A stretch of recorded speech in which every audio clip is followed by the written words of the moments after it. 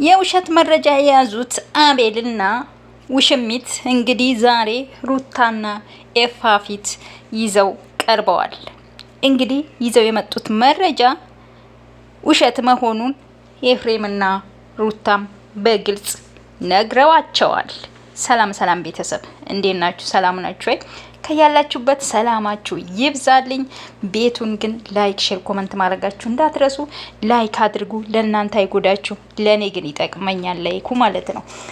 እና ፋሚሊዎቼ ያው ሩታ ቤት የተለቀቀው ቪዲዮ አይታችኋል። እንግዲህ ትላንትና አብርሽ ተናግሮ ነበረ። ያንን መረጃ ይዘው መጥተዋል። እንግዲህ ፊት ለፊት ተገጣጥመዋል ማለት ነው። አቤል ሴታ ሴቱ ማለት ነው።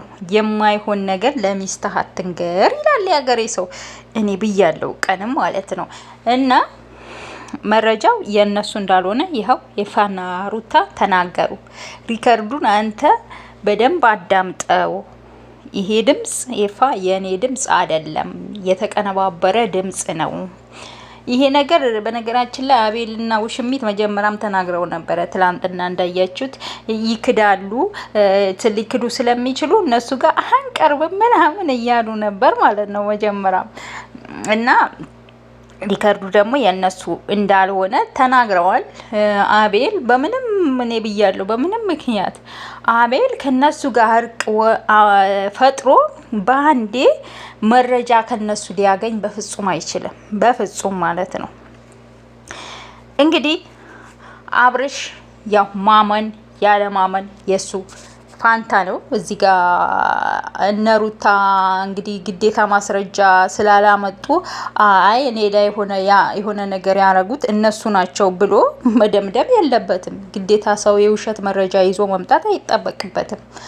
ከአንድም ሁለቴ ደጋግመው እየነገሩት ነው። ፈልገህ ነው ወደኛ የመጣው። ስለዚህ አንተ ወደኛ ስትመጣ ደግሞ ያው እኛ በቃ ከኛ ጋር መሆን ፈልገህ ከሩታ ጋር መሆን ፈልገህ ነው ብለን ስላሰብን ሄርሜላ እንደዛ ቪዲዮ ብላ የምታወራው ነገር እኛ እሷን ካንተ ለማራቅ እኛ አንተ ከምትጋፈጥ እኛ ልንጋፈጥ ስለተነጋገርን ነው ያ ሁሉ ነገር እያረግን የነበረው እያሉት ነው። እንግዲህ እውነት ደግሞ ትመነምናለች እንጂ ትወጣለች ማለት ነው።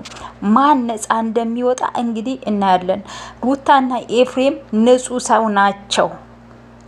አብርሽ ላይ በፍጹም እንዲያረጉም አሁንም ቢሆን ይሄ የሄርሜላ ተንኮልና ተንኮል ነው።